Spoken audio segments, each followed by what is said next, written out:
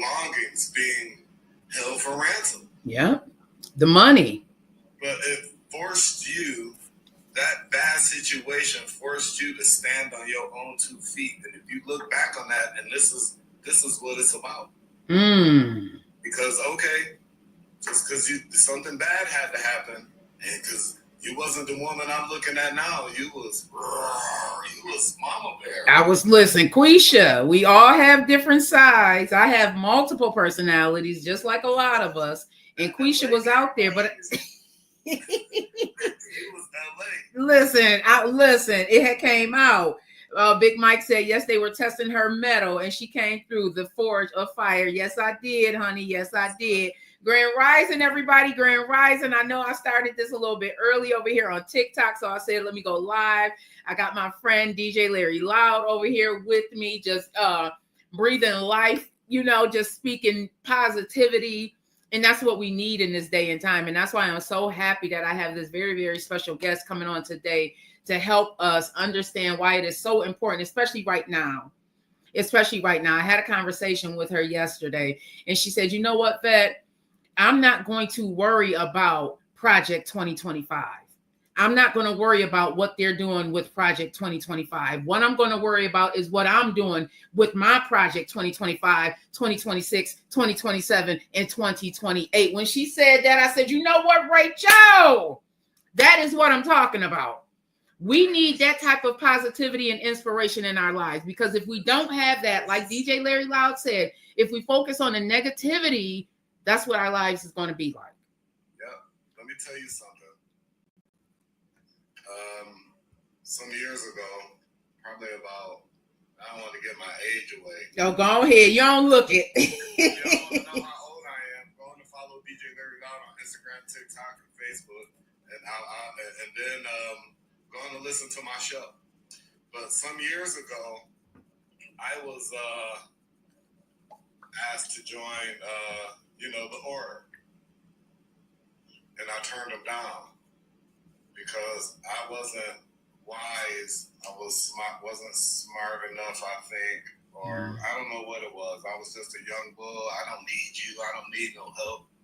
Well, yesterday I wound up joining the Elks. Oh, look at you. Came a whole listen. Sometimes we don't be thinking we need that help. I'm a member of Lodge number 863. They waived all my fees. Thank you, Miss Green. Okay. They waived all my fees. I didn't have to come up with anything up front. And come to find out, their Grand Master is the guy that is he's pretty much the top guy for veterans, to help veterans get their benefits through the VA. Get out of here. Oh, I'm going to have to. He's also the CEO of the African American Cultural Center here. Really? They want me to bring some events here and bring some new life into what they're doing here. Come on. And listen, isn't God good, man? When one door closes, another one opens. Well, I am going to get this show started today. Let me get this. Let me just make sure I put this, because I got to open it up on Facebook. Everybody, DJ Larry Loud, feel free to stay here with us. My daughter is already messaging me. I was thinking about that, Devajna. DJ Larry Loud, I'm going to tap you afterwards about that VA information for my daughter. She already messaging me about it. She like, get his out. Make sure you, DJ Larry Loud, shout yourself out. Let them know where they can follow you at. Devajna, follow DJ Larry Loud right here. DJ Larry Loud on everything. Yeah. DJ Larry Loud he's a for real DJ. I know there's some DJs on TikTok that may not be DJs in real life. There, I don't want to call them TikTok DJs, DJ Larry Loud, because I don't know if that's disrespectful. You could be considered a DJ. You play music on your show. That's what it is. Oh, okay. See, I don't know. I don't want to disrespect anybody, but I know that you also do it like in the public. If you're playing music, I mean, think of what a DJ is. We're not even DJs anymore because ain't nobody playing no discs. That's what they keep saying. You know what? I'm gonna have to get a bunch of DJs on the show to talk about that, because I keep hearing that I keep hearing that, DJ Larry Loud. I keep hearing. Ed Nice had to educate me on what a DJ is. So it's like there's different levels to this. Like, okay, I'm a radio personality. I'm a mix show DJ, radio DJ, radio show host, party DJ, club DJ, tour DJ. What kind of DJ you want to be? Do you think Red Rocks is a DJ? She plays music on her show. She's a DJ as well. Music in a playlist and play it on your show. You're a DJ. Okay. So don't let them fool you. There's different levels of things. Okay, and I love music, and you know, jamming with Vet Green is coming. I'll be thinking about that. I said, you know what, I'm gonna go live and just start playing some music one day, because music really is like the seat to our soul, and it really does help people. It helps me, so I know it can help other people, and I love listening to music and having conversation. Music will bring people together just like food. Yes, it does. Yes, it does. So I'm going to go ahead and open this up. I see Rachel is here. I'm going to open this up. First, I'm going to share my screen because I want to play her opening. Then I'm going to have her come on and introduce herself. Rachel is so phenomenal. Like I said, if you are looking for DJ Vet, that's right, Cindy 420 Grand Rising to you, love. If you are looking for a coach, or if you are wondering if you should get yourself a coach, especially with the new year coming, like I told you, she told me I'm not worried about Project 2025. I'm worried about my Project 2025, 26, 27, and 28. So when she said that, I said, you know what? That is exactly why I need you on this show, because we are worried about the wrong thing and not focused on the right thing. And Rachel is here to help us focus on the right thing. So I'm going to go ahead and share my screen, play the opening that I think is so phenomenal, and we are going to get on into it, everybody. Let me just make sure, because I don't want to share nothing that ain't. Oh, there they go. There they go. Enough, girls. I apologize, everybody. Y'all know I got my grand dogs here, and I got the door closed. I don't even understand why they are barking. Girls, enough. So they want to keep on.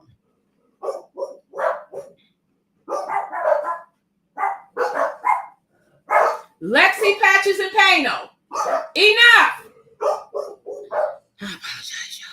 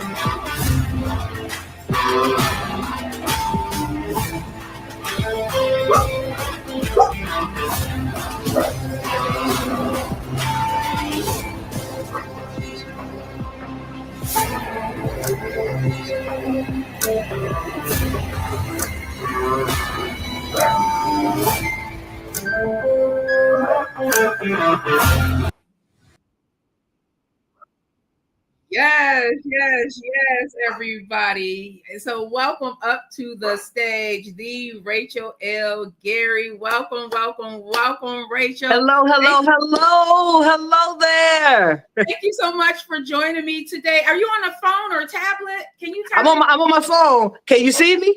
Yeah, turn it this way so it'll be a full screen. Yep. You may have to. Does your phone automatically does the screen go portrait or landscape automatically when you change it? If not, let's take a quick second and take a look. You learn something new every day. Yes. So as we are getting everything ready, you guys come on in. DJ Larry Loud. Yeah, there you go. There we go. There you go. So Rachel, thank you again for joining me for an episode of the Vet Green Show. I apologize about the animals. I'm about to put them in the room. Dookie, put them in the room for me, please. You gotta let those grand pets be great. Oh my God, they trying to the big one thing. If I'm having a conversation, if she hear me talking, if I'm not talking to her, that is gonna be an issue. So that's why she barking. And then she set the little one off, and the little one think that she got a Napoleon complex, and the middle one is just a lot. So go ahead and introduce yourself to the listeners of the Vet Green Show. I have my friend DJ Larry Loud on here, who actually set it off on TikTok for us with Thank the you. mindset and why it's so important to renew the mind. So I'm glad that you're here, and we're going to open up this conversation. Okay. Hello there, the greeners. That's what we're gonna call you guys. We got to get a name for vets, greeners out there. I like that, the greeners. I love that. Okay. As Yvette has already said, my name is Rachel L. Gary, and I am an inspirational coach as well as an author. And what I'm here to do is just to have a conversation and feed off of some positive energy and bring a little positivity to the stage. And Rachel, you really, really are. I love having conversations with people who I feel are just anointed and just within themselves. Like you just you being yourself has taught me things just from our brief conversations. You know, you really opened up some things for me yesterday, and I'm so grateful. Through the tears, everybody, I'm telling you, like it was like like you understand, Rachel, like you understand. And sometimes that's why I said, number one, it is important that we surround ourselves with people who are going to breathe life into us, because many of us, if you grew up, you know, different ways, and DJ Larry Loud, you said this, if we continue to feed ourselves negativity, that's what our lives going to look like. So if we don't have anybody to teach us that you really can change your life, you really can change the circumstances. You know, a lot of us go through things from childhood.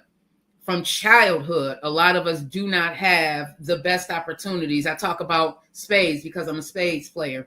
We all want that Boston, right, Rachel? We all want that Boston. We want absolutely all the books. But unfortunately, many times we are dealt losing hands at first, and we have to learn how to win. And that's what, Rachel, you are here today to teach us how we can win in this thing called life, because it's not over. It is not over until God absolutely not. Okay. So Rachel, go ahead and talk to us. First, I want you to tell us about how you even got to a place where you had an understanding that, you know what, I can change my entire life circumstances if I just follow these guidelines. So how did you get there, Rachel? That's an awesome question. Awesome question, Vet.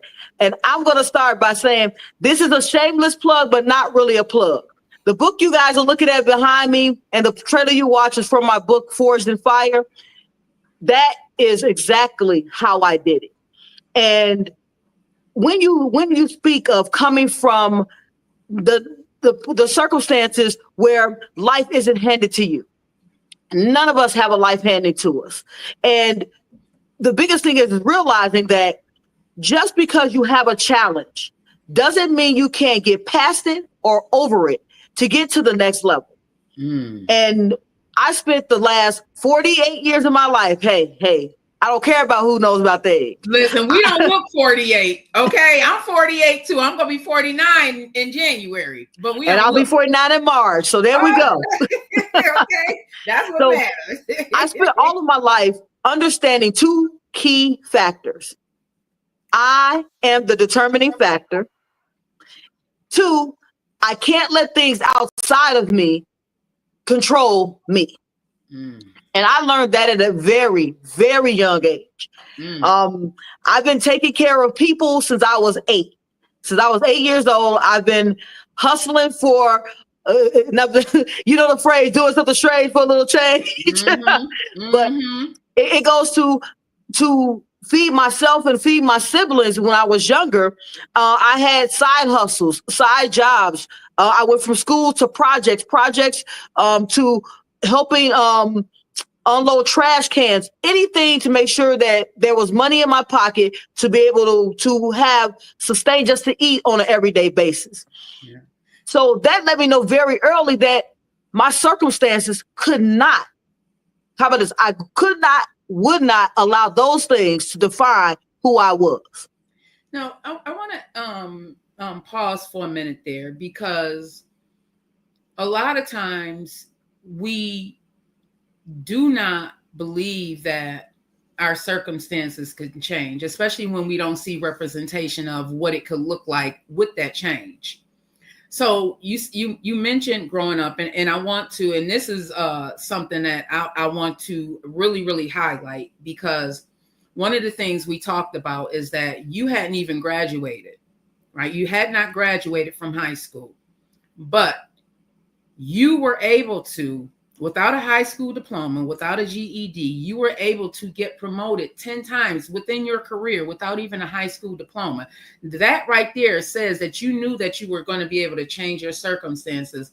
So talk to us about how did you even get to that place where they aren't even focusing on, oh, she doesn't have a GED, she doesn't have a high school diploma, but because of your sheer will, determination, and obviously your work ethic, you were able to get promoted. So how did you get there?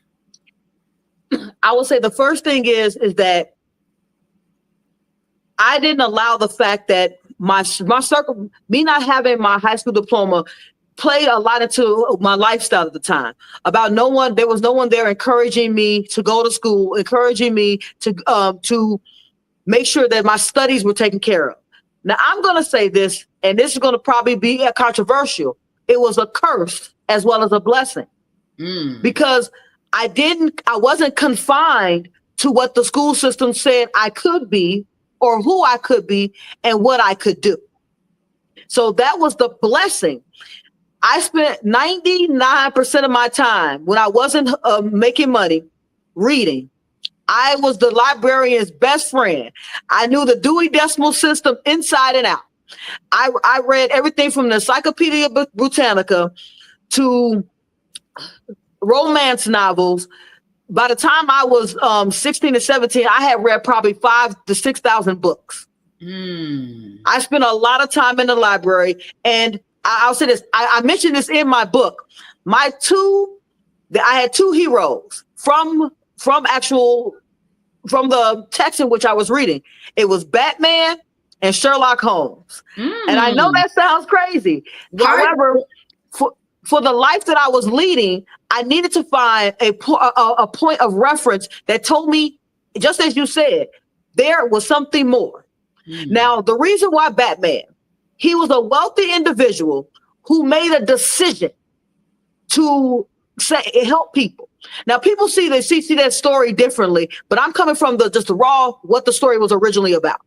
His parents had passed away, and he had made the decision that he was going to find a way to punish the person who had killed his parents. He could have done trillions of other things with the billions of dollars that he had, but that's the decision he made. And Sherlock Holmes, because he was able to figure out situations by being in rooms. So I honed those skills from the time that I was 9 to the time I was 18.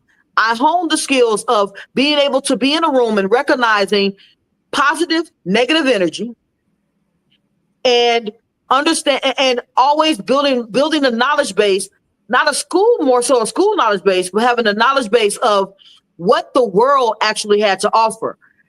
Because the school gives you a glimpse, but when you read books about the world, you know there's so much more. And by me knowing there was so much more, that made it where I wasn't limited by what I saw in my neighborhood. I told my children as kids that the ghetto stops at the door. Now, I lived in the ghetto. I mean, and I won't say, and the ghetto means different things to different people, because I have the ability to be in a room full of gangsters or CEOs and be okay either way. Yeah. I used to tell my kids all the time when we lived in the projects, I said, you know what, just because we live in the projects does not mean the projects need to live in this house. And that's Absolutely. Not anything derogatory about, it's just a different type of living. Unfortunately, when you live like that, you get so used to the struggle that you don't know anything else. And I used to tell my kids, I used to take my kids out, y'all. I used to drive them around these beautiful neighborhoods and tell them, you can have this because you need to see it. You can have this. That's all right, fella. I appreciate you you can have this. And Yes. you need to see it, though. You Absolutely. need to see it. And in the books, you were able to see it in your mind. And I think that that is one of the downfalls that we have when we are living in places. And I don't want to just restrict it to the projects, because it's just lower income living. When you live like that, you don't have resources. Absolutely. You don't have my neighborhood was literally 4 blocks, and that was my life. So that's where my mind was. My mind was within those 4 blocks, and everything that I saw, that was my world. But through reading also, I was able to expand my mind and say, you know what, this is not right. I know I don't want to live like this, even though I don't see anybody that looks like me living better than this. I know I don't want to live like this. So I want to ask you also, Rachel, as far as developing yourself, what made you say, you know what, I have to continue with this process of developing myself, and I need to acquire some tools? But how do I acquire those tools? So how did you start acquiring the tools to help you through the self-development process? I would say the biggest thing was, Yvette, is that I realized that. So I want to take a step back. My mother was a gypsy. I lived all over the Chicagoland area. My grandmother lived in the downtown area. So I had the unique, and my grandfather was a business owner. So I had the unique perspective of being able to see that there was wealth was accomplishable, that your surroundings don't make you. And then I saw people that were striving. My grandfather, he golfed with John Strozier, Jesse White, Jesse Jackson. He golfed with them. So, and he was an ex-police officer. So now, even though these people were not people I saw on an everyday basis, and I saw maybe once a year, I am a person, I'll say this, I always gravitate towards the one speck of hope.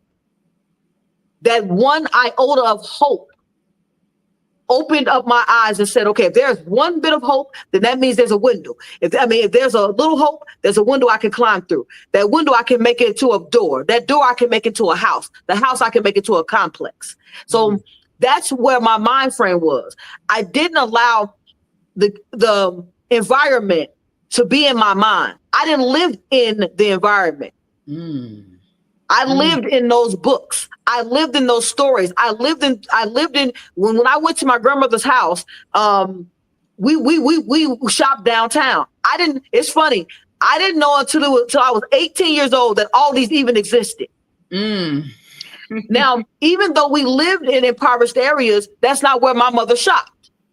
Because she shopped at like Jewel and Cubs. Hey, I'm going back in the day, Cubs and those food stores. So I was trying to make money to feed my sisters and brothers, and I was getting $10 going to a grocery store that if I had known all these even existed, we could have ate for days as opposed to one day. So it goes to when you don't know, you can't grow. When you don't know, you can't grow. That is true. And you don't know what you don't know until you realize what you don't know. So what I did was I dived through those iota, that iota of hope. And I knew that I didn't know enough to grow. I knew I didn't know enough to get a job. The types of jobs that were making hundreds of thousands of dollars. I started off a job making $7 an hour. And this was in 2004. I was making $7 an hour, living on my. But by this time, I had transitioned out of living in severe poverty. But now I'm living in, because there's a difference in poverty levels, and we all know that. When you're severely impoverished, where as in you don't know where your meals are coming from, to where you're at least getting food in your house, until where you're not wearing clothes from last year or 2 years ago, or clothes from Salvation Army or Goodwill. And where you're able to go to a store other than a neighborhood store and buy something. Though there are different levels of being impoverished. But even though all of those things external were happening, internally, all I was doing was thinking, building, and growing. What did you use during that time? Because it's easy to get trapped in that, man. Like you come outside, you're and I'm just talking about my own experiences. I would come outside, there's garbage all over the place. You know, everybody's struggling. Everybody's struggling. You need to borrow this, you need to borrow that, even down to like borrowing a cup of sugar. And it's like, man, this is everybody's life. So how did you train your mind to say, you know what, I'm going to keep on going, even though right now I may not know how much we're going to have to eat this month. I'm going to keep on going. So what tool did you use to train your mind for that? I went places that were different.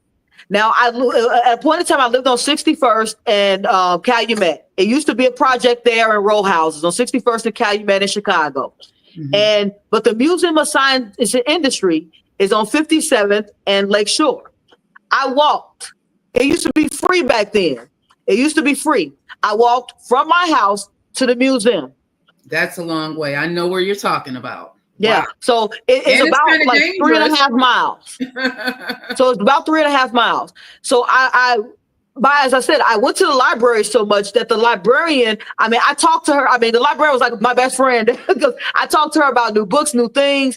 And she would tell me, and every library has it, there's a list of places that have free days. They still do it to this day.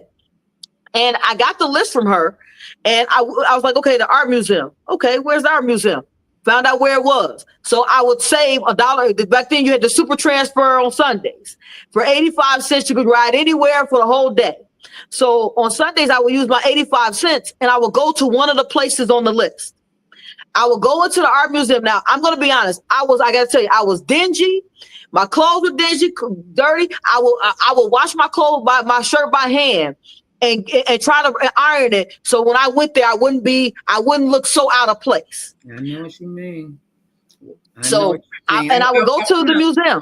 Go ahead. I just want to make sure that if anyone has any questions, please, I'm here for that. Raise your hand. If you would like to be a part of the conversation, just raise your hand. Chanel, Lakeside, Ms. Mac. Go ahead, Rachel. I do apologize. I just want to make no sure problem. I want those questions, guys, because if you don't ask the questions, I can't. I want to make sure that I provide value. That's the whole purpose of this, to provide value. Now, even with your clothes being dingy, that may stop people. A lot of us, especially, we have this pride and this ego that would have stopped a lot of us, but that didn't stop you, Rachel. That didn't stop you. So what? Because as I said, at a very young age, I realized I can't let what people think of me control me. Because I was dingy. I wasn't living in a way where my hair was going to be combed and stuff was going to be together every day. That wasn't going to happen. So what could I do? What could I still do? How could I get from where I was? I had to learn how to comb my hair. My sister, she's my younger sister. She does an awesome job with hair. That's her thing. So as we got older, she started doing our hair, making sure our hair was in a ponytail, nice and neat. She took care of us, which was great. So they're asking, where can they get the book Forged in Fire? And there's a reference that you made in the book yesterday that I was literally walking through my kitchen and there's a reference she made. Good morning, my beautiful cousin. Good morning, Joanne. And good morning, everybody. And I literally had to hold on to my refrigerator because I almost fell to my knees. This is how deep and in depth she really is. So again, like I said, hey, BAM fam, if you're looking for a coach, here she is. We don't realize that we need to continuously learn. And sometimes you need somebody to talk to you who understands where it is that you're trying to go, even though you may not know where you're trying to go. Because when I started this process, I didn't know where I wanted to go. I'm still, bumping into things like you, and she helped me understand like that it's a part of the process. Like you're going to figure it out. It's a part of the process. Like you're going to start one thing and maybe that's not going to work. It's a part of the process, everybody. So I done lost my train of thought because I'm looking at my refrigerator and remembering. So what was that? Do you remember what that statement? We talked about so much yesterday, babe. We did, and I was supposed to write it down. So talk to us about the book, because they're asking where they can get your book. So my book is available. It will be available on Amazon on Thanksgiving. However, if you buy it from my website, which I know Vet will drop it in the show notes where you can buy it from. If you buy it from my website, you get everything that you see behind me. That's a gold journal, my actual book, Forged in Fire, as well as a bookmarker that provides a point of inspiration. The gold journal, all of that is a package. And the package is $22.99. Now, I want to be honest, the hardcover book itself is $22.99. So I'm giving away all of it. I mean, the Master the Habits to Achieve Your Goals guide. It has actionable steps in it to help you find the road to success. I also have a CEO Habits group where I drop gems tips. We do a 7-day challenge the first week of the month, because it's about having that community of people who have walked the path before. And I'm going to tell you, that is what helped me go from the $7 an hour to multiple six figures, which I know we'll discuss, but we are going to get into this because she is sitting here. We talk about what you need. She went from, again, everybody, without having a GED or a high school diploma, she started making six figures. Okay. So we talk to us about those steps that you started making. So now you're an adult and you're living life. Talk to us about what that looks like for you. Okay. So when I was saying it in 2004, I was sleeping on my sister-in-law's couch. By this time, I had two kids that were sleeping on an air mattress. Now, it wasn't that we weren't welcome. I just didn't have my own. I wasn't making enough money to keep my own.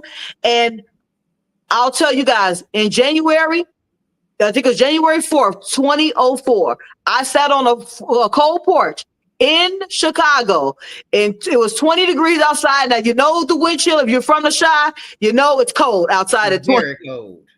So I was sitting on the porch. I wrote down everything I had done to get to the point where I was on a couch with information in my head that could get me out of it. I was living a lifestyle that was not conducive to a life of growth. And I was living in a poverty mindset. So even though I knew there was a better way, I wasn't moving towards that better way.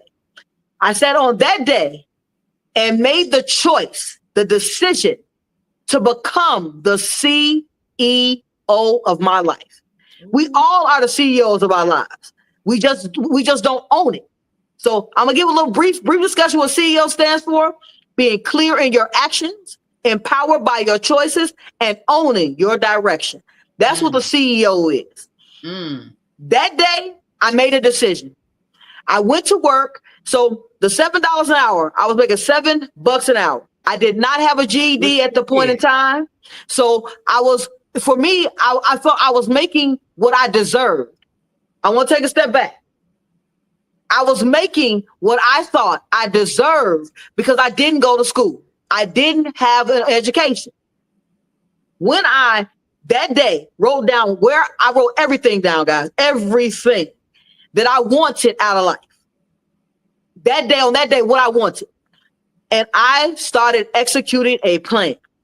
The first thing was, my number one goal was to make my children, because I had two kids at the time, to make them to be a person that they could be proud of.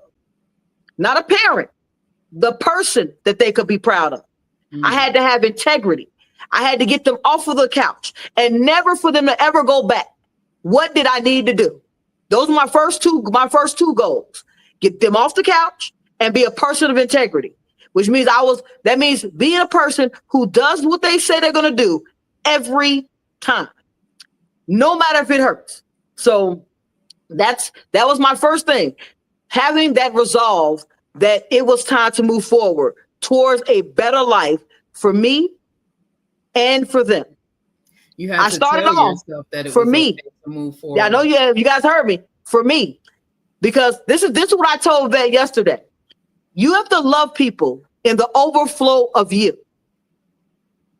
If you don't love yourself, if you're wondering why anything in your life is not lining up, you haven't poured into you enough to let the things that don't matter go. Ooh, we gonna pause it. They said, come on, sis, come on. We gonna pause it right there because I talked to you about worth yesterday when she poured into me, because you really did pour into me, Rachel, because it really is helpful for someone to understand what it is that you are growing through, because that's what it is that we are doing. We're growing through it. And I talked to you about situations that I've had, even as far as relationships that I've had. And a lot of times we go into these relationships and they're like, speak. Hey, JD, they're like, speak. They're loving it. They say, wow, God bless you, Queen. I told you, Queen, you anointed. I told you are really, really anointed. But it's that worthy part. Even and Big Mike tell me that. He tell me that. He be like, Vet, you are not worth a penny. Stop acting like you worth a penny. He tell me that all the time. But I had to, and I'm still working on it.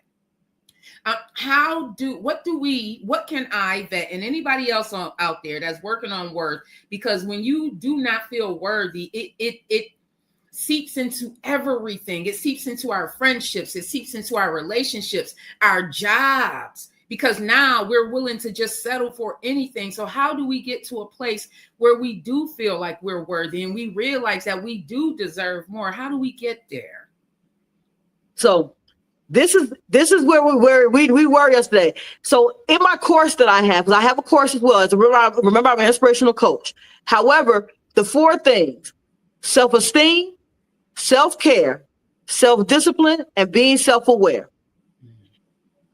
You have to build you. So we'll start there. When you are self-aware, you understand you have limiting beliefs. You believe that either what you're doing is okay, or what you're doing is it's okay to be complacent. It's okay to be where you are. Can I You're comfortable. force you for a moment, just for a moment, Sure. just because I want to break down what limiting beliefs are, everybody, because you hear that, but sometimes it's caused something else. Or you break down what limiting beliefs are, because a lot of us are carrying them. We don't realize we're carrying these limiting beliefs, and it's really just what it is, a limited belief of who I thought Vet was. I didn't even know Vet existed. So break that down, and then. Okay. You know. So a little bit about limiting beliefs. Okay. So we are Black women in America. Society has taught us that we are at the bottom of the food chain. A lot of us buy into that. When you buy into something, that you limit what you can do, because you buy into the stereotype that you're a woman, the stereotype that you're Black, the stereotype of that you came from poverty. You buy into that. And that limits your ability to move further to go to where you want to be. Mm-hmm. That's what I mean by limiting beliefs. Mm-hmm. That or things that are taught to you from a childhood that are told to you that because your parents might have thought that was the way to go. Yeah. And they impose their beliefs on you, which limit your amount of, like we hear all the time. Now, this is not going towards Bible, so please do not get upset. You hear all the time that the money is the root of all evil. Mm-hmm. You hear it all the time. That belief was put on us because they didn't want us to want money. They wanted us to be okay where we are. Money isn't the root of all evil. Love of money is the root of all evil. Doing something just for a monetary value is a root of all evil. Having money, let me explain what it allows you to have. Having money allows you to have a nice house, a portion of peace of mind, because you have food in your refrigerator. You're able to pay your bills. You're able to buy that nice house, that nice car. Let me tell you what else it allows you to do. Give back. It allows you to give back to your communities. It allows you to help impoverished kids. It allows you to help impoverished families. I'll state myself, for instance. Me making more money has allowed me to buy property. I'm currently in the process of rehabbing a 3-unit building deconverting it, making it 6 bedrooms, 3 baths for homeless veterans. Okay, Now, did you hear what she said? She's in the process of doing all this. Keep in mind, everybody, that she had not had even a GED. So when I say that it is possible to change your life, it does not matter what it looks like right now. It really is possible to change your life. Crew Cut TV, Sundown, Sassafras, JD, Corinne. It is possible to change your life. So continue, Rachel. I'm sorry for stopping you. Hey, I just want to make sure get in there because I want to hear from you as well, because I didn't just pour into you. We poured into each other yesterday when we were talking. I'll let you in on some limiting beliefs that I had, because I did, and I didn't realize that I was telling myself this. And I don't know if Coach Bree is watching, or if Coach Bree, she's another coach that I was in this is during COVID, when COVID first started, and I'm in a clubhouse room. It's renewing your mind, and I can't remember, it's Corinthians. There's a verse in the Bible, there's a chapter about renewing your mind, and that's what this entire room was set up. And she got to talking about limiting beliefs, and one of the things that she told me is, who told you that? And it's like, wait a minute, I'm telling me this, Rachel. This limiting belief that you are talking about, like, these are the things that I was telling myself. Even this morning when I woke up, it was like, girl, you can't, you ain't got, you, all of this stuff. And it's like, because I'm the one saying it. I'm the one, because somebody else told me that when I was growing up. I was ugly, or they told me, or they never told me that I was beautiful. So it's a limited belief. I'm not beautiful because I was never told that. Or I'll never, I'm a teenage mom. I'm never going to be anything but on welfare. Limiting beliefs. And I had to, and I'm still unlearning things. And the other thing, and you talked about it a little while ago, we don't realize that even our parents or the people who raised us may have had limiting beliefs that you touched on, that they placed on us, not even purposely. It was something that they were raised thinking. Correct. So now we have to unlearn. It's really a resetting of our mind, Mother Trucker. It's really a resetting of our mind, Yik Tak.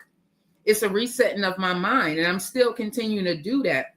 So on those days when it's challenging, Rachel, what would you suggest we do? Or even like if there's someone waking up right now and they may only have a box of baking soda in the refrigerator, and like Joanne said, they may only have some items that they got from the pantry. What would you suggest they do so they don't think that they can't change their circumstances?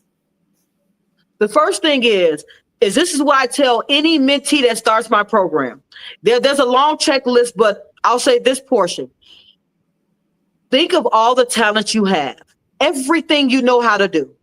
When you are trying to change your circumstances, the first thing is believe that impossible is not a word. The shirt I am wearing says I'm possible, because the impossible does not exist. The word itself is made up of 2 words. So the etymology of impossible is I'm possible. So at this point in time, impossible is not even in my dictionary, nor should it be in yours. Mm-hmm. The first thing is the food that you got from the food pantry. Today, you might be struggling. So how do you so next week, you're not doing the same? We have to first change our thought process on what we can do. There are so many avenues right now for people who are at a point of being disabled that cannot leave their homes. There are avenues for you to make money. $5, $10, $20. You start somewhere. But the first place you start is making a list of everything you know. Everything you know. We're not going to worry about what we don't know yet, because we're going to learn what we don't know. So let's start with everything you know. Do you know how to write? Do you know how to read? Do you know how to color? Do you have access to a computer? Can you get to a library? I mean, all of those things. And as you go through them, then check off, what do you think you can do with that skill? Okay, you can write. Okay, there are places where you go to where you write for other individuals. There are homes where seniors are, where you could go in there, and they do have where you are are a volunteer, but they also have it where you come in and you read and you write and translate things for some seniors. There are so many programs. However, because you don't know it's possible, you have to know that anything you want to do is possible and start today. Write down what you don't know. Everything you do know, and start with what you know. Is there a market for it? Look on Indeed. Pick writing. Just say writing. Writing. Just say handwriting. Put it in Indeed. You'll find out there are jobs out there for handwriters. So readers. It's basically not thinking that your circumstances is going to determine your future. True. I thought that because I had limited circumstances that it was going to determine my future. And for a very long time, I sat still. Like I literally sat still thinking, oh, my life's never going to be changed. It's never going to change. It's going to always be like that. And the more I kept telling myself that, everybody, the more and more depressed I get. JD said, that's beautiful. They're loving what you're saying. Teresa said, try different activities. She said, when becoming one with yourself, you feel the power of your capabilities. Yes, absolutely. You do.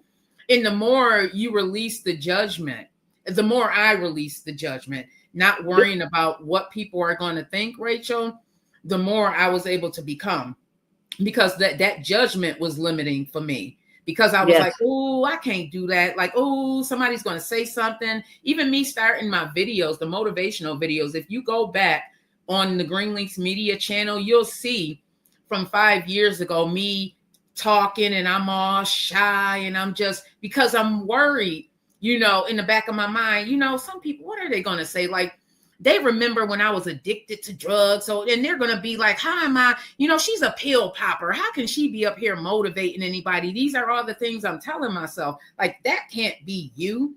You can never do that because you have a past. But it was my past experiences that allowed me to make my mess into my message. And this is what you see now.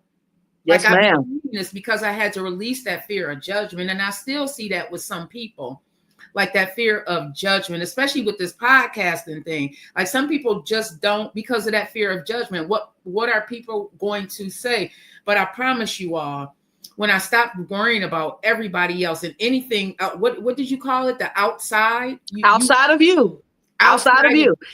Because at the end of the day, if you don't mind me jumping in, there was a moment, something that you said just now, and I want to make sure I say something. When you said you were sitting still, and nothing was changing. That is exactly what we're talking about here, guys. The second that you stop, so you might be still right now. That's complacent. That's complacency. Have you ever heard the term for things that are in motion continually be in motion? Mm-hmm. So the second you get out of your own, the biggest thing is you're in your own way. The limiting beliefs put you in your own way. They stop you. You put a roadblock up. When you knock those down and know that you're going to fail, I want to say, guys, failure is part of the process. You failing is not a problem. I failed. You failed. Mm-hmm. Did you get up? That's what we're working on. We work on getting up, learning from that failure, because I was saying either I'm winning or I'm learning, never losing. So either I win or I learn a lesson so I can win again. And so you have to see, so instead of being still, you can be still with yourself, still with getting to know you. That's what I mean by getting over the 4 pillars of self, the beginning where we started. You have to get to know you, who you are, what you want, what do you desire, who do you desire to be. And once you get in tune with you, you'll understand that what people think of you is, as one of my favorite motivational speakers says, ain't none of my business. Come on, Lisa. Lisa Nichols. Ain't none of my business. Ain't none of my business. And if they can't accept your light, tell them to put on some shades. Listen, come on, Rachel. Yes, because it's not any of my business. It's not. JD said, reminds me of the story in the Bible of the guy laying by the water until God said, get up. Get Yeah, up. because a lot of times, so this is to a lot of times people utilize religion as they're giving something over to God. They're giving over something to God. If you guys remember, in the same book that we're reading, it says you seeds and you reap from what you sow. So we're not giving it over to God. We're utilizing the talents that he gave us, that were given to us to grow. We have to utilize the seeds that were planted in us to grow. So I say this, I am very spiritual. I am a person who believes that absolutely God is in me. He's in everything and everywhere and in me. And if he's in me, I'm not going to let me down. So we got to get up. We got to get up. Even when it hurt, we have to get up. So I want to talk to you also. Let me read some of these comments because they're loving it. Hey, bro, Mike, peace and blessings to you. Joanne said, amen. Big Mike said, failure shows you your mistakes not to do again. Teresa said, it is okay to fail. I'm just going in here, everybody. Grand Rising. Hey, Sister Sandra, Grand Rising to you, Queen. Grand Rising.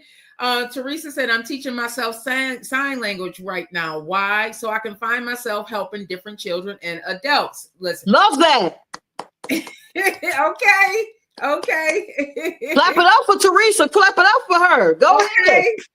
You learn something new to be someone new, to have something better. Go, Teresa. Oh, say that again, Rachel. You learn something new to be something new, to have something better. Go ahead. I love that. It's going to end me on TikTok in about 5 minutes here, everybody. Teresa said, try different activities. Big Mike said, ghostwriters get paid well. I love what Teresa said. When becoming one with yourself, you feel the power of your capabilities. And I'm going to leave this up for a while because that's what happened with me, y'all. Yes, ma'am. Yes, I started becoming one with myself, Rachel. I didn't even realize I needed to find her. I didn't know I was lost. I didn't realize I needed to develop me from the inside out. I needed to love on me. I need to say, you know what? I had to unpack some of the things that I've done. When you talked about, you wrote down how you got there. I'm sure as you were writing it down, you was like, man, I can't believe I did this craziness. But you have to do it. I had to go through all of that craziness. I had to admit to myself that I was part of the reason why my life was looking like this, Rachel, like I was. But a lot of us are scared. Take ownership. We got to take ownership. Can you tell them? Because I didn't want to take. I say this, guys. Nothing. This gonna hurt. This gonna hurt, and I apologize. Sorry, but not sorry. You are the 100% responsible for everything that happens to you. 100%. If your boss isn't being fair, who's responsible for what you're taking? You. If the person that you're with is not loving you the way you want to be loved, who's responsible for staying there? You. If you are in an abusive relationship, physically, mentally, or emotionally, who can get out? You. If you are living in a place where you are taking pills to get your mind back, who can make the change? You. Everything in your life, everything starts and ends with you. Take ownership, stand up for it, and turn. If you want to make change, start making the change today, and tomorrow you'll see the results. But I don't want to make the change, Rachel. You know this person did that to me. So why should I have to change when that person did that to me? I don't want to. I got a question. Is that person still going? Did that person get up today and still continue doing what they were doing? Yeah, he over here living his life. So who's got to make the change? Slap me in my face with that one. And that's what it was. Because I was so angry that it had happened to me. I wanted to place blame on somebody instead of me. It's easy for us to place blame, especially when our lives are not the way we want it to be. it's not my fault. It's my father's fault. It's not my fault. It's my mother's fault. It's my daddy's fault. It's my sister's fault. Okay, Teresa says, sorry, but not sorry. Take accountability. It is hard for us. It's hard. It is so funny because we tell our kids as they're growing up, you know, you did that, take accountability. But us as adults, we don't want to take accountability for our lives in the way it looks like, because we want to play the blame game. That thing happened to me. And yes, that person is a horrible person, but it is my responsibility to fix my life. Yes. But we don't because see it this way. That it's very simple what you just said. It goes this way. The boss might have treated me unfairly. What do I do next? The boss did what they did. What do I do next? Do I get the skills I need from that job to grow so I can get a new job? Or do I stay there and continue taking it? Who made that decision, me or my boss? If a person abused me, the act was their fault. How I take it is mine. So the act might have happened. There's been abuse. Sorry, this might trigger someone. So please take a second. I watch a lot of vets, so I know what she's gonna say next. Take a second and go get you a cup of coffee. Come on back. Hey, I keep up with her. I appreciate it. So we be in situations where sexual abuse might have happened, but after that abuse happens, what do we do next? Because we still have to live with us. So what I do is I give away everything, all the pain. You get the pain. You cause it, you have it. It's yours. I'm not holding on to it. I'm going to recover from whatever happened. How do I recover? I get the help that is needed. If that's if that's going to a psychologist, or if that's going to a support group, is that getting support of people? Whatever that looks like, I get support to grow and become a better me and get through it. But the pain of it, the person who did it, the perpetrator gets it all. You get all that. You keep all that pain, that energy of the pain, you get it all. I'm going to take the positive energy out of it, that I survived it. Say to yourself, I survived it. Say it again, I survived it. Now, with me surviving, what do I do next? Oh, you know what? I've never heard it put that way. And I'm glad that you said that, because I talk about it a lot on this show, how that abuse is one of the hardest. And I notice on a personal level, it's one of the hardest things for people to get over. And I never thought about it like that, because there's a lot of heaviness when you holding on to that. There's a lot of heaviness, and you don't realize how much your body really is affected by that heaviness that you're holding on to. But when you allow yourself to say, you know what, you can take that pain back. You tried to give it to me, but it was really your pain because you're in pain. That's why you inflicted pain on me, but I'm going to give it back to you. And I'm going to settle in the space where I survived this and I'm still standing. So thank you for that. And I hope that unlocks something for somebody out there, because that was powerful, because it's so hard to get over that, because it really is. It feels like you have gotten your power taken from you, when in essence you really are standing in your power when you can say, I survived it. Absolutely. Okay, Teresa, so I want to make sure that I say one more thing before I want to get back to the 10 to where the 10 times of being promoted without, because so I was promoted, so I misspoke when I spoke to Vet about it. I was promoted 2 times before I got my GED, but I was promoted 8 times before I ever had a college degree. Wow. So I want to make sure the people on TikTok hear it. So because you have one thing for TikTok, right? Well, they're here. But you're a survivor. Exactly. They're talking about they need the books. I'm gonna put it all in the show notes. You all just give me about an hour after the show, and I'll have it all in the show notes for you. Link and all. So about the promotions, I want to speak about those promotions. The promotions came because I stopped going to work for the job. I was going to the work for me. I came in there every day. I understood. So I understood that I come to work to get a check. As long as you're going to work to get a check, you're going to get just that, a check. When I went to work with the purpose of I come here every day to grow. I'm coming here every day to be the best me possible every day. I came there, I worked hard, I stayed focused. The people that were by the water cooler hanging out or by the dock doors hanging out wasn't me. I wasn't with them. I wasn't in that circle. You can walk that dock any time of the day. I was doing my work. I was focused.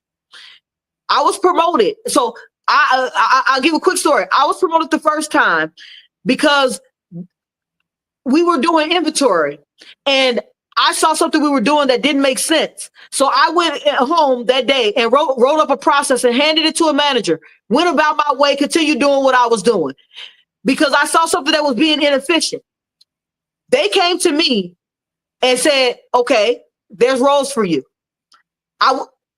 Let me say this part. In the 10 times I've been promoted, I didn't ask for any of the positions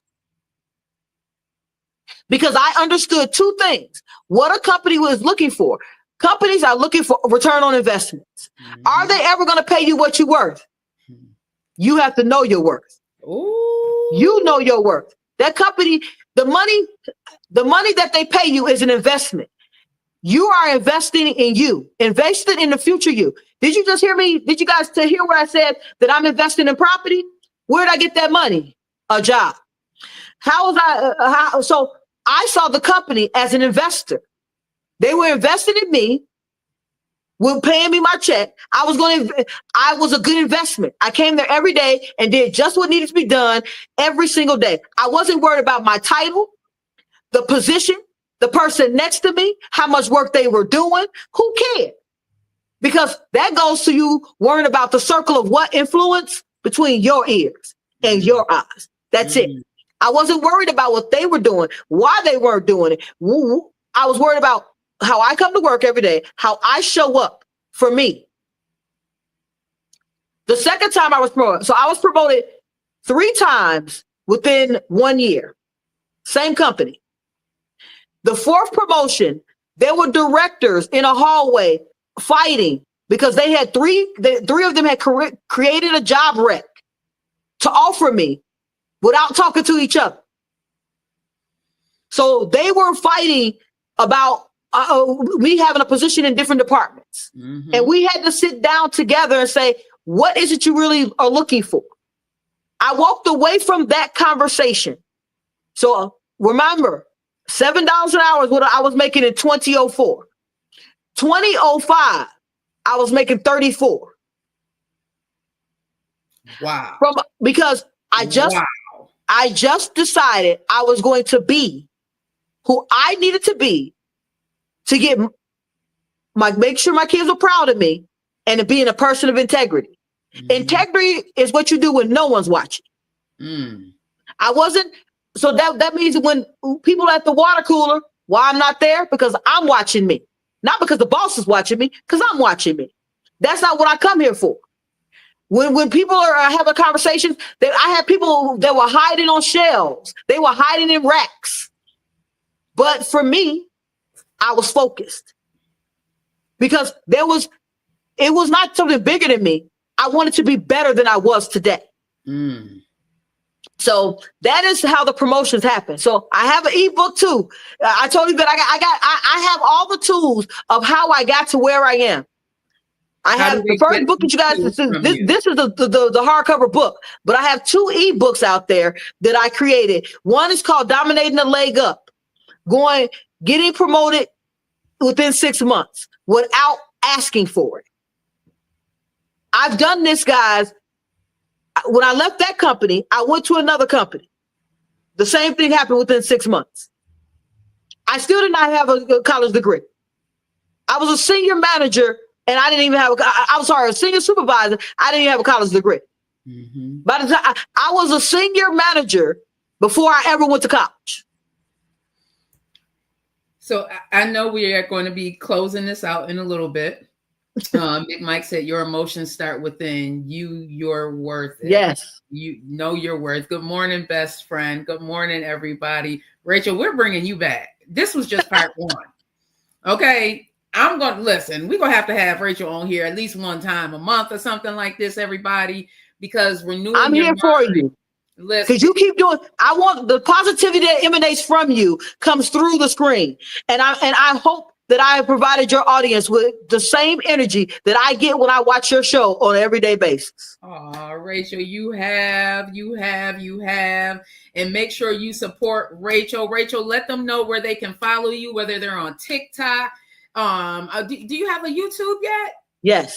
That's where I got the thing from, on YouTube, on all social medias. Bruce Logan put the link in here. Thank you so much for that, Bruce. Bruce has put the link. If you are on Facebook, he put the link to get the book Forged in Fire.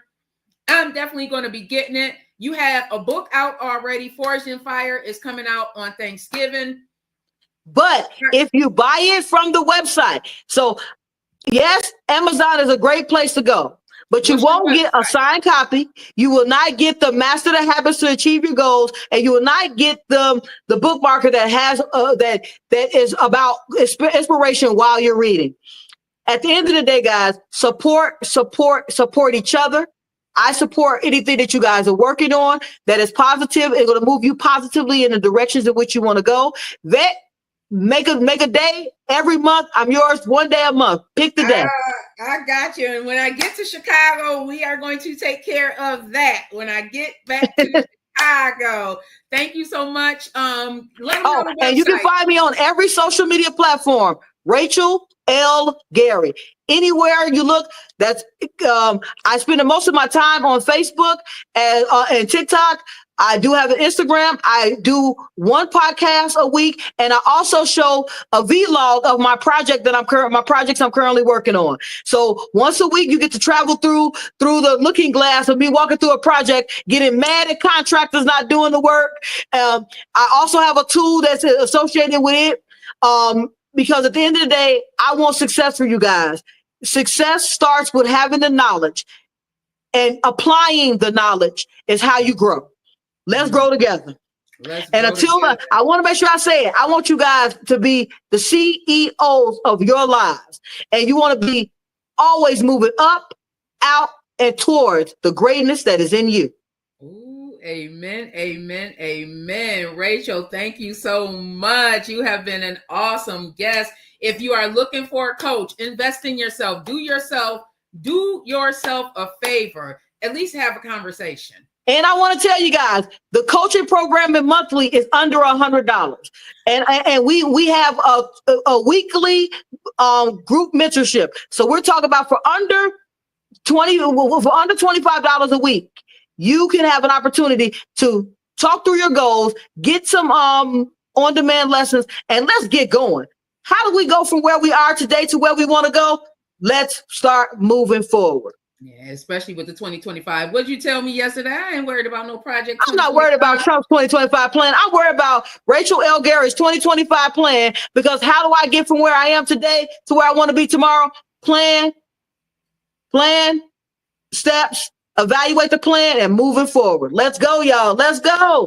Thank you so much, Rachel, for being a guest on the Vet Green Show. If you want more of Rachel L. Gary, make sure you are following her. She's coming back, y'all. We got to bring her back, because renewing your mind is something that is going to make sure we move forward in this 2025. Like she said, I ain't worried about Project 2025. I'm worried about Vet Green's Project 2025, 26, 27, and let's go, Vet. Let's go. Okay. Have a wonderful day on purpose, everybody. We will be back tomorrow at 9 a.m. Make sure, if you have not already, you subscribe to Greenleafs Media. I want to thank everybody for joining us today. It has been phenomenal. I love the renewing of the mind, because you know what? You know why? It is what has gotten Vet Green out. Because Vet Green probably would not have been possible if I had not started renewing my mind. So you guys have a wonderful day on purpose. I love y'all long live. We will be back tomorrow. I may come on live again later on, but you know what it is. This is Vet Green, and this is a Green Links Media production. I love y'all. Have a wonderful day on purpose, Rachel. You too. Just like the sound of it.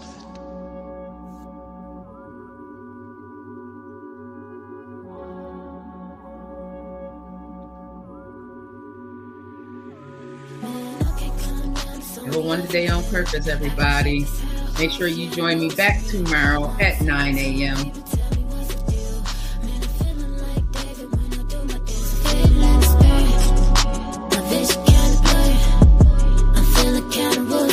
You know I'm trying to move in the same class.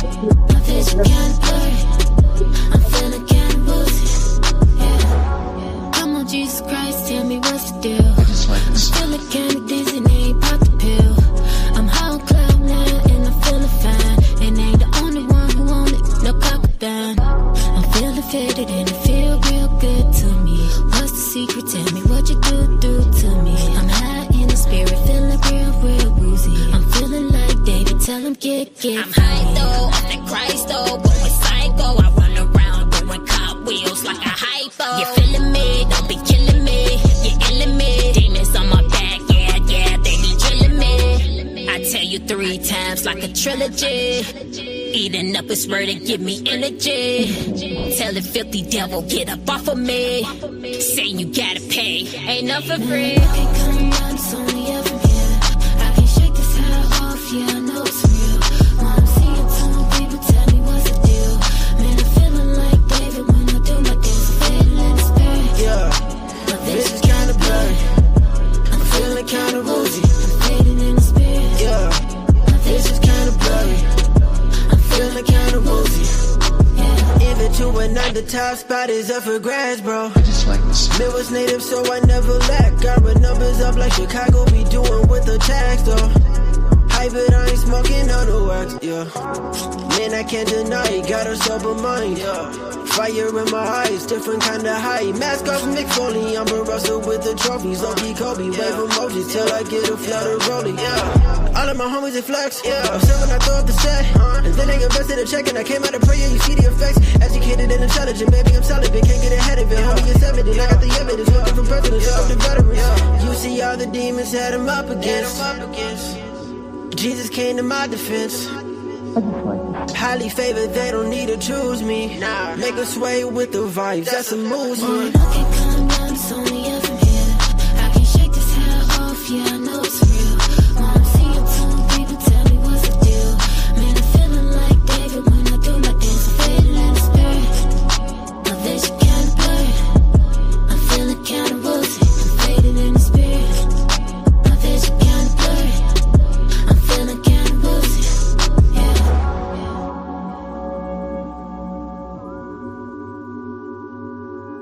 I just like the sound of it.